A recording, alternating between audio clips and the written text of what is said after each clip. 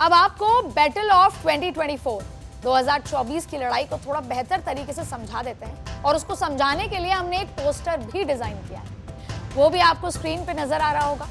Poster को हमने नाम दिया है फेस ऑफ। ये 2024 के सियासी बॉक्स ऑफिस पर रिलीज होने वाली सबसे बड़ी फिल्म का पहला पोस्टर है। इस पोस्टर में दिखने वाले दो चेहरे, दो अलग अलग विचारधारा, परंपरा का नेतृत्व करने वाली दो बड़ी पार्टियां हैं, जिसके एक तरफ प्रधानमंत्री नरेंद्र मोदी के नेतृत्व में एनडीए है और दूसरी तरफ इंडिया गठबंधन, जिसका पोस्टर बॉय फिलहाल राहुल गांधी को ही बताया जा रहा है। इन दोनों चेहरों के साथ साथ इन दोनों गठबंधनों को चाल, चेहरा और चरित्र की कसौटी पर परखने की कोशिश आज है। एक दिलचस्प बात यह है कि मुकाबले में जब दो प्रतिद्वंदी आपस में लड़ते हैं, आपने अक्सर अगर बारीकी से आप समझे या महसूस किया हो जीवन में, तो एक सवाल है कि जब मुकाबले में दो प्रतिद्वंदी आपस में लड़ते हैं तो क्या मुकाबला करते करते दोनों एक दूसरे को प्रभावित करने लगते हैं, और क्या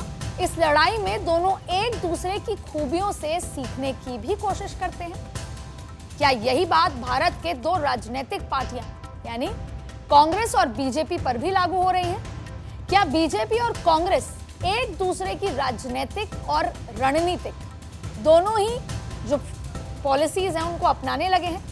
शायद यही वो वजह है जिसकी वजह से राहुल गांधी को राष्ट्रीय स्वयं सेवक यानी आरएसएस जैसी एक टीम चाहिए, एक संगठन चाहिए, निष्ठावान, 24/7 काम करने वाले, जैसे फुल टाइमर निष्ठावान, पार्टी के लिए बिल्कुल डिवोटेड जो होते हैं वो काम करने वाला संगठन चाहिए। वहीं बीजेपी कांग्रेस की तरह high command culture, high command की मजबूत ताकत को स्थापित करना चाहती है, जहां सारे फैसले दिल्ली से लिए जाते हों।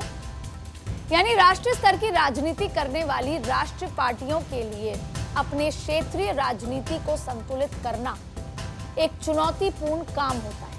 राष्ट्रीय पार्टियां जहां एक ओर चाहती हैं कि राज्यों में उन्हें जीत हासिल हो, तो वहीं दूसरी ओर वो अपने क्षेत्रीय नेताओं को उतना ताकतवर नहीं होने देना चाहती कि जिसके चलते वो ही उनके लिए चुनौती बन जाए। इसके कई उदाहरण हैं जो आगे चल के हम आपको बताएंगे, और शीर्ष नेतृत्व के ही फैसलों पर सवाल खड़ा करने लगे। और ऐसे में राज्यों के विधानसभा चुनाव कितने चेहरों पर लड़े जाएंगे, कितने चेहरों को आगे रखा जाएगा, किन पहलुओं को ध्यान दिया जाएगा, किन पर पीछे से दांव लगाया जाएगा, ये बड़ी रणनीति का एक हिस्सा होता है। बीजेपी और कांग्रेस दोनों ने राज्यों में चेहरे के चक्रव्यूह को कैसे भेदा है, क्या तैयारियां की है और किस तरीके से नया नैरेटिव सेट किया है और कितना कामयाब रही है, इसका आकलन भी आज इस शो में किया जाएगा। और ये भी बताऊंगी कि कैसे कर्नाटक में बीजेपी की हार के बाद, या यूं कहें कि कर्नाटक के चुनाव से पहले जितने भी चुनाव हुए, विधानसभा चुनाव, उसमें एक बात कही जाती थी कि नरेंद्र मोदी ही चेहरा, नरेंद्र मोदी के चेहरे पर ही चुनाव लड़ा जाएगा। सवाल भी उठते थे कि 2024 का चुनाव लड़ा जाएगा नरेंद्र मोदी के चेहरे पे, लेकिन क्या विधानसभा के चुनाव भी नरेंद्र मोदी के चेहरे पे होंगे? लेकिन अब कर्नाटक चुनाव के बाद एक शिफ्ट देखने को मिला। अब कहा जाता है कि नरेंद्र मोदी के नेतृत्व में सामूहिक चेहरों के साथ चुनाव लड़ा जाएगा। तो ये जो शिफ्ट देखने को मिला है, इसके पीछे की वजह क्या है, और सही मायने में कहें तो इसके पीछे की बड़ी रणनीति क्या है, ये तमाम बातें आपसे जिक्र करेंगे कि मोदी के नेतृत्व के नैरेटिव को कैसे खड़ा किया जा रहा है।